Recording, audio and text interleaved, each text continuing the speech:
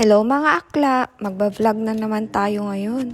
O pak, laban ka, may pa-intro na ang akla nyo. Bago ko nga umpisahan ang ating kwentuhan, sana matapos nyo tong bidyong to. O tara, samahan nyo ko habang ako'y naglilinis, ikukwento ko naman sa inyo kung ano ang trabaho namin dito sa Spain. Dito din sa bidyong to, ikukwento ko din sa inyo kung ano yung mga ginagawa namin. Kung okay ba ang trabaho namin, madali ba o mahirap ba. Ang trabaho pala namin dito ay isang caretaker. O ang tawag nila dito sa Spain ay guardeses. Kapag ganito na caretaker ang naging trabaho mo ay kadalasan ay nasa probinsya ka. Bakit nasa probinsya? Kadalasan kasi ito yung mga holiday house. In short, ang magiging amo mo ay mga yamanin. Tulad nitong trabaho namin, ito ay isang holiday house lang. Kailan din kaya tayo magiging mayaman? O bakit? Masama mangarap? Charis, ang dami na sinabi. Balik na tayo sa topic. Kadalasan dito sa Spain, kapag kagwardeses o caretaker ay couple ang hinahanap nila. O ang tawag nila sa amin kapag couple ay matrimonyo. Bakit couple lagi ang hinahanap nila? Eto ang sagot dyan. Kailangan kasi nila ng taga-maintain outside and inside. Isa nga din pala sa requirements nila kapag couple kayo o matrimonyo, kailangan isa sa inyo ay marunong magmaneho at meron din siyang lisensya.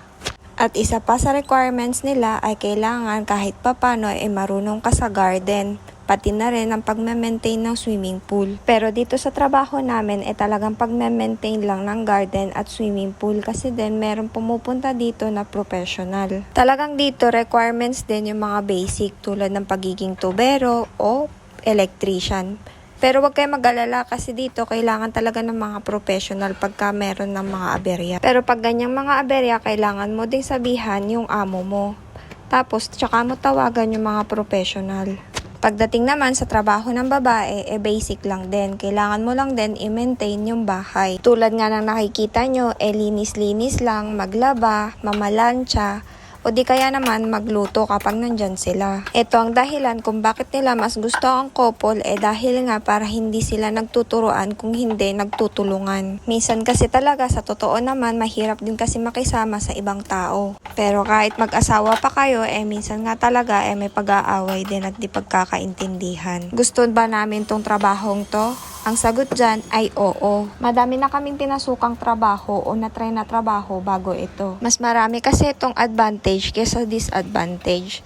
Pero sa susunod na vlog na lang natin pag-usapan yung mga yan. Hanggang sa muli. Kung gusto mo pa ng part 2, paki-comment down below mo naman. Salamat!